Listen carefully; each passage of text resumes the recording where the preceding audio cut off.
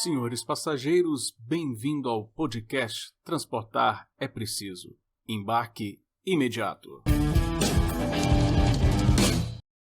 Olá pessoal, bem-vindos a mais um episódio do podcast Transportar é Preciso. Comigo aqui, Adriano Paranaíba, seu podcaster, batendo um papo com vocês dessa semana. E o que nós tivemos aí de semana para conversar é que no dia 13 e 14 de abril ocorreu o Fórum da Liberdade. O Fórum da Liberdade é, sem sombra de dúvida, o maior evento da América Latina sobre liberdade. Se brincar, é um dos maiores do mundo. É um evento que reúne mais de 4.000 pessoas em Porto Alegre.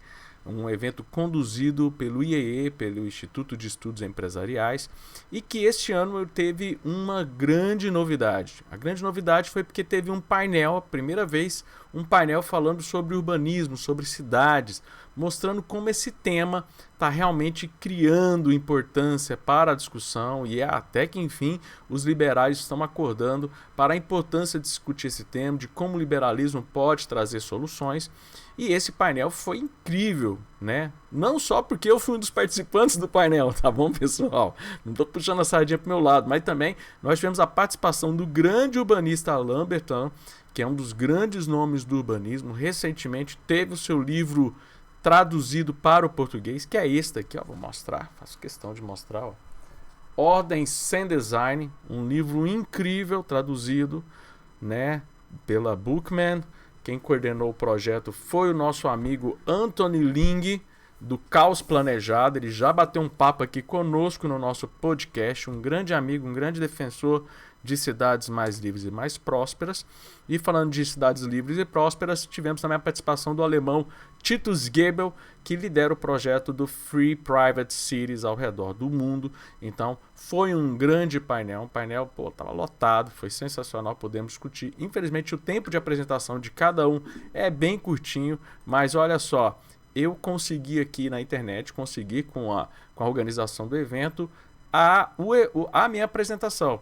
Então, o episódio de hoje, você vai poder acompanhar o que eu falei lá no Fórum da Liberdade. Você que não pôde ir, vai poder acompanhar aqui o trecho comigo aqui no Transportar é Preciso, que tem tudo a ver com o que a gente falou lá, com o que a gente vem falando ao longo de todos esses mais de 50 episódios que nós temos aqui. Um destaque importante, que é legal, é como as três palestras conversaram muito, como teve muita assim interação, como assim os assuntos estavam extremamente linkados, mesmo sendo de realidades diferentes. Né? O professor Alain Bertrand, além de ser francês, trabalhou com Le Corbusier, que foi um grande urbanista, não tão liberal assim, mas ele até conta no livro dele como ele sai aí do Le Corbusier e acaba aderindo às ideias hayekianas, né? Até o título do livro dele, ele diz que é uma homenagem ao Hayek. E o Titus Gebel, que vem liderando também ao redor do mundo aí a discussão sobre cidades privadas, né? O professor Alain Bertrand também fez vários projetos ao redor do mundo. Então, assim, quando a gente vê que essas três pessoas, né, essas duas pessoas junto comigo comungam da mesma ideia, significa que as coisas fazem sentido e precisamos que os nossos governantes aderam, né, que eles comprem essas ideias de mais liberdade para que as cidades sejam mais prósperas. Então acompanhe o episódio aí, lembrando que transportar é preciso, o embarque é imediato. Um forte abraço, se inscreva se você está vendo esse vídeo pela primeira vez no nosso podcast ou você está aí acompanhando em alguma plataforma de distribuição de podcast. Faça a sua assinatura aí, assine para receber nosso episódio que em 2023 vem com força total. Estamos aí toda semana publicando um episódio novo para você. Valeu, pessoal, um forte abraço. Boa tarde a todos. Pô, mas que boa tarde mais... Tá. Boa tarde a todos. Aê, muito bem, parabéns. Eu vou falar na tribuna porque eu acho que é uma das coisas mais chiques do mundo essa tribuna aqui do Fórum da Liberdade, tá? Sensacional. Gente, então, quero agradecer o convite para estar aqui falando com vocês a respeito dessas questões do urbanismo e do transporte, essas coisas. Mas, para tanto, eu queria começar fazendo uma pergunta para vocês. Eu queria que vocês levantassem a mão as pessoas que têm medo que o Brasil vai virar um país comunista. Quem tem medo do Brasil virar um país comunista? Pode levantar a mão. O Alexandre de Moraes não está aqui hoje. Quem tem medo do Brasil ser um país comunista? Tá. Vamos então supor, mas vamos definir o que é um país comunista, né? Vamos pensar, o que seria, o que traria alegria para o Stalin, por exemplo? Né? Se a gente parar, nós temos uma dupla dinâmica hoje muito forte, né? Que é o Putin e o sei lá o nome desse maluco. Será que o Stalin ia apoiar esses dois caras? Eu vou dizer uma coisa para vocês. Se eu fosse o Stalin, eu estaria muito puto com esses dois. Pô, o Putin não consegue invadir... Quanto tempo o Putin está tentando invadir a Ucrânia e não consegue, velho? É muita incompetência, né, meu? A China, potência aí, podia ter derrubado os Estados Unidos há muito tempo e nunca derrubou. Poxa, é uma incompetência, o Stalin estaria chateado. Agora, se tem uma dupla dinâmica que eu acho que deixaria o Stalin muito feliz, é essa dupla aqui. O Conselho de Arquitetura e Urbanismo do Brasil e o IPHAN.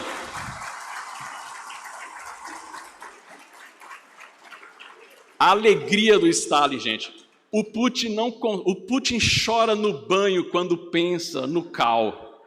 Enquanto ele não consegue invadir a Ucrânia, essas duas instituições invadem cada uma das propriedades privadas brasileiras em mais de 5.500 municípios. Amigos, se vocês têm medo de viver num país comunista, infelizmente a notícia é: vocês já vivem num país comunista, onde você tem órgãos que mandam, que decidem aonde você vai fazer qualquer pedaço de tijolo ser colocado dentro da sua propriedade privada. Que eu duvido muito que o que a gente tem é propriedade privada. Você precisa de, no mínimo, 19 documentos e 336 dias, em média, para você receber um documento chamado habite-se. É um documento onde o governo fala: você pode entrar. E a qualquer momento ele pode bater na porta, colocar um papelzinho e falar assim: olha, a gente teve uma ideia de fazer um viaduto, vaza. Você tem 90 dias para sumir daqui, porque a gente vai fazer um viaduto aqui na sua propriedade privada. A gente tem medo de gentrificação? Eu tenho medo do governo. É um absurdo o que eles fazem. Agora, o que isso tem a ver com mobilidade urbana? Pô, o Adriano é o cara da mobilidade urbana, fala de mobilidade urbana, e o que isso tem a ver, urbanismo com mobilidade urbana? Tem tudo a ver, pessoal. Quando a gente fala, por exemplo, do ministro da Fazenda, a gente tem um ministro da Fazenda, a inflação começa a subir, o que a gente fala? Tem que mandar ele embora, é um incompetente, né? Algum problema no meio ambiente, tem que mandar um ministro do meio ambiente embora. A minha pergunta é: por que a gente vê isso e não acha que está errado os nossos planejadores?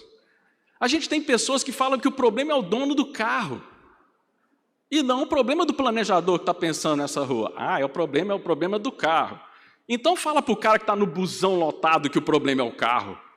Ele está preso lá no metrô, ele está preso, não funciona. O sistema de transportes no Brasil não funciona. E é por quê? Porque sistema de transporte, pessoal, é resultado. Se alguém chegar e falar assim: a solução para o transporte é não sei o quê, aí desconfia, não existe solução para o transporte, porque o transporte é justamente o resultado que nós temos da forma como nós estruturamos a cidade. Se você tem problema no trânsito numa cidade, o planejador urbano falhou miseravelmente para pensar aquela cidade. Ai, Adriano, mas a gente precisa planejar a cidade, senão vai ficar aquela cidade feia, aquela cidade horrível, vai ficar parecendo um Morro da Providência, aquela coisa horrível. Olhem para essa foto, que ninguém gosta de ver, e me digam: por que a gente acha isso feio, mas acha isso bonito? De boa, vou voltar. Jogo dos 7 erros. O que é isso e o que é isso? É a mesma coisa. Qual que é a diferença das duas fotos? Só tem uma diferença: pobreza. É só isso. O problema aí não é espaço. O espaço está sendo usado da mesma forma. O espaço urbano utilizado aí é o mesmo. Né? E aí é engraçado, porque se existe favela no Brasil, é porque a gente deixa muito caro o uso do solo. O pobre não consegue ter um lote regular. ele não consegue emitir 19 documentos, esperar 300 dias, ele não consegue comprar um terreno que muitas cidades falam que o terreno mínimo tem que ser 400 metros quadrados, com um recuo de não sei quantos metros, e no final das contas ele só pode construir em 50 metros, fica muito caro um imóvel desse. O pobre tem que ir para a favela mesmo, porque infelizmente é lá que os recursos que ele tem conseguem entrar. E muitas das vezes é o problema de regulação urbana, o nosso licenciamento urbanístico é extremamente, podemos dizer um nome que o pessoal gosta de dizer, está na moda, fascista. Odeia pobre, quer que ele vá embora da cidade, porque pobre é feio. A gente já teve leis, chamado de leis de desfavelização, que jogavam os pobres para fora da cidade. Por quê? Porque a cidade tem que ser bonita, a cidade tem que ser linda, a cidade tem que ser igual Brasília. A cidade maravilhosa, a cidade planejada 100%, né? Olha que maravilha de cidade. Tem um lugar que fica a casa, tem lugar que fica a padaria, tem lugar que fica a oficina, tem lugar que fica tudo, tem lugar para tudo em Brasília. Mas olha como é que o sistema de transporte de Brasília é complicado. Eu fiz um experimento, vou imaginar o seguinte, vamos imaginar que você mora em Brasília e vai comprar um cigarro, né? Eu fiz esse seguinte estudo. Em Brasília, você tem as superquadras, e dessas superquadras só existe residência e você tem que comprar nas entrequadras, porque é onde está o comércio. Mas aí ia ser muito maldade com Brasília. Então eu peguei um lugar mais próximo, peguei um posto de gasolina que fica do lado da entrequadra para ajudar um pouco a métrica. Se você sair do ponto A, que é onde você mora, ou qualquer uma dessas unidades habitacionais em Brasília, esses prédios, em Brasília tem limite de altura de prédio, parece com Porto Alegre, né? Lá proíbe também. Aí você vai sair daquele lugar e vai comprar um cigarro no posto de gasolina. Aquela distância linear entre a casa e o posto de gasolina é 300 metros. Mas se você for fazer o caminho que o Lúcio Costa pensou, né? Porque é uma maldade, todo mundo quando fala mal de Brasília fala mal do Oscar Niemeyer, né, gente? É um erro, a gente tem que falar mal do Lúcio Costa também, tá? Não só do Oscar. Esse caminho tem 600 metros quadrados, tem 600 metros. Então, você precisa andar muito para chegar no mesmo lugar. E é interessante, todo mundo, de todos esses prédios, tem que fazer o mesmo caminho. Brasília não tem mais congestionamento nos eixos. Ele já tem congestionamento na tal das tesourinhas, que é justamente as vias de acesso. Então, assim, porque todo mundo tem que fazer o mesmo caminho. Por quê? Porque o planejador planejou essa maravilha, essa coisa linda, né, para fazer o caminho. Vamos pensar em um espaço não planejado, por exemplo. Eu peguei aqui como, por exemplo, um pedaço da cidade eterna de Roma. Eu peguei a mesma distância de 300 metros, que dá da Piazza Novana, até o Panteão, tem 300 metros. Vejam como, quando você tem uma construção de quadras um pouco irregular, pessoal, né, quem tem toque vai ficar um pouco chateado de ver o formato dessas quadras. Mas vejam, você tem muito mais opções de caminhos. Existem caminhos aí que você só consegue fazer a pé, e isso é ótimo.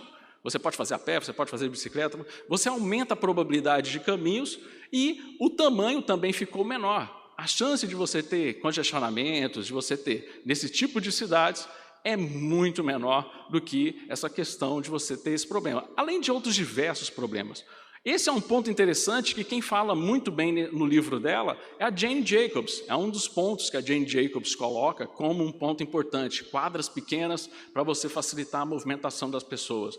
E o Brasil é muito engraçado, porque nós temos muitos arquitetos e urbanistas que gostam da Jane Jacobs, mas são extremamente planejadores do espaço urbano.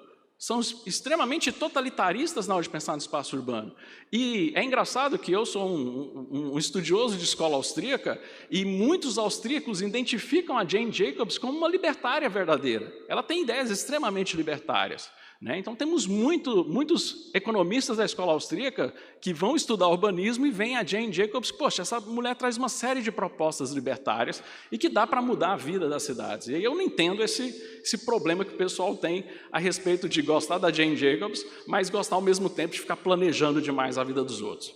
E aí eu acredito que a escola austríaca, sim, tem uma série de fundamentos que pode contribuir na nossa discussão sobre urbanismo, né? Por exemplo, a questão de entender que a intervenção estatal ela não vai funcionar. E é verdade que se ela funcionasse, a gente não teria congestionamento, a gente não teria uma série de problemas relacionados ao transporte público, Por quê? Porque a gente fala muito de escola austríaca da teoria dos ciclos econômicos, mas nós temos a teoria do intervencionismo econômico que fala muito da questão dos desdobramentos, e a gente entender os desdobramentos da ação do homem no dia a dia da sociedade.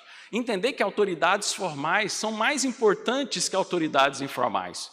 Não estou falando de autoridades ilegais, eu estou falando das autoridades que realmente estão no dia a dia das pessoas. Associações de bairros, paróquias, comunidades, condomínios, né? Isso funciona muito mais do que um burocrata que pensa isso lá longe, que está lá longe. E a coisa mais importante de todas, que a escola austríaca defende extremamente, e isso é vital para nossas cidades. A propriedade privada é o verdadeiro princípio regulador. Se tem alguém que pode regular a cidade, é a existência de propriedade privada, porque com propriedade privada você tem preço, com preço você tem incentivos, com incentivos você tem concorrência, você tem trocas voluntárias, você tem todo um processo econômico que nós, de forma errada, chamamos de mercado, como se fosse um monstro, um Godzilla que invade a sala gritando, o mercado, aquele monstro malvado, e que na verdade somos nós. O mercado são as pessoas. Então, por favor, governantes, arquitetos, urbanistas, parem de atrapalhar as pessoas. Eu quero terminar remetendo aqui a nossa Alice nos Países das Maravilhas. Se ela encontrasse com o gato na Pinheiros, por exemplo, o gato em cima, em vez de em cima de uma árvore, ele estaria em cima de um viaduto, e eu quis colocar ela dentro do Peugeot preto que está ali na foto, mas era muita sacanagem com a Alice colocar ela dentro de um Peugeot.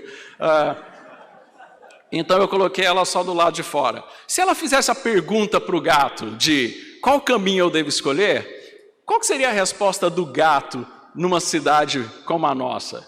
Ele ia falar o seguinte: mesmo que você soubesse o caminho, tanto faz, você vai ficar preso no congestionamento. Muito obrigado, pessoal.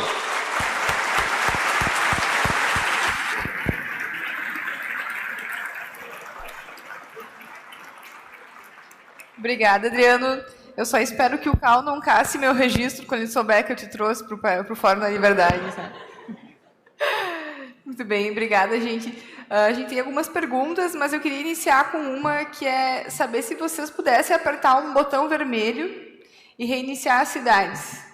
Vocês fariam isso? Vocês abandonariam tudo que foi construído de cidade, mesmo com os erros e acertos?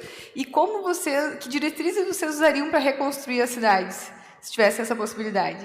Por incrível que pareça, as cidades, não está difícil a gente mudar as cidades, é só a gente realmente evitar que o governo continue atrapalhando as pessoas, porque boa parte da cidade ela é resultado, muitas vezes, no caso do Brasil isso acontece muito, boa parte das cidades brasileiras são resultados de ocupações irregulares, que depois foram sendo regularizadas por questões até mesmo políticas. Então nós temos muita formação mais espontânea dentro das cidades do que a gente imagina. O que a gente tem que fazer é tirar a informalidade desse pessoal, da propriedade privada e deixar a cidade continuar crescendo sem ninguém atrapalhar. Ótimo, obrigada. E a segunda pergunta é entender da opinião de vocês, como vocês acham que as cidades brasileiras poderiam se desenvolver, considerando que somos um país subdesenvolvido, no caso das cidades privadas, seria viável termos cidades privadas no Brasil? Ou como poderíamos melhorar nossas cidades? Eu acho que a gente já tem alguns experimentos de o que seria uma cidade privada. Um shopping center é um experimento de uma cidade privada. O que é um shopping center? São lojistas que desistiram da rua da cidade. O que é um jardins? São pessoas que desistiram da rua da cidade e foram para condomínios fechados. Então, o que a gente tem que fazer é com que essas áreas tenham menos intervenção estatal. Especificamente sobre o projeto do Titus, que eu sou um grande admirador, nós temos áreas chamadas no Brasil de ZPS que, cara, uma pequena mudança na legislação, é um problema lá dentro da Receita Federal, que não quer que isso passe, para você ter uma liberação maior dessas aplicabilidades para a gente ter, por exemplo, Free Cities em Brasil. No exemplo que o Titus traz das cidades privadas, a gente vê a importância da tecnologia, para que a gente possa construir um plano diretor mais moderno, que mude com as movimentações da cidade. E a pergunta é, vocês acham que a tecnologia ajuda a gente a alcançar essa cidade ideal? ironicamente, voltar à cidade tradicional? Ou essa mudança não tem muito a ver com a tecnologia? Qual a opinião de vocês? Eu acredito que a tecnologia sim é importante, mas nós estamos tendo um movimento das smart cities, que seriam esse exemplo de uso de tecnologia nas cidades, mas infelizmente a tecnologia está sendo usada para justamente evitar que isso aconteça, que a melhoria da cidade aconteça, para aumentar o poder totalitarista das autoridades. A tecnologia nas cidades é muito mais para você colocar um reconhecimento facial para fiscalizar a pessoa do que dar informações a respeito, por exemplo, do trânsito. Então, se a gente quer ter cidades inteligentes, a tecnologia, como é que ela ajudaria? Ela ajudaria oferecendo, coletando todas as informações da cidade e deixando esses dados públicos, para que empresas se interessassem pela oferta de serviços que resolvessem aqueles problemas identificados nas informações que são colocadas públicas. E não como está sendo feito hoje. Você está fazendo essas coletas de informações para o governo aumentar mais ainda o seu poder opressor em cima das pessoas. Por que o governo é tão hábil e tão rápido para fazer o cálculo do IPTU e é tão lento para resolver o problema básico que é tampar a porcaria do buraco na rua? É impossível a gente achar que isso faz sentido. Esse foi o painel Planejamento Central, Ordem Espontânea, e seguimos com o Fórum da Liberdade.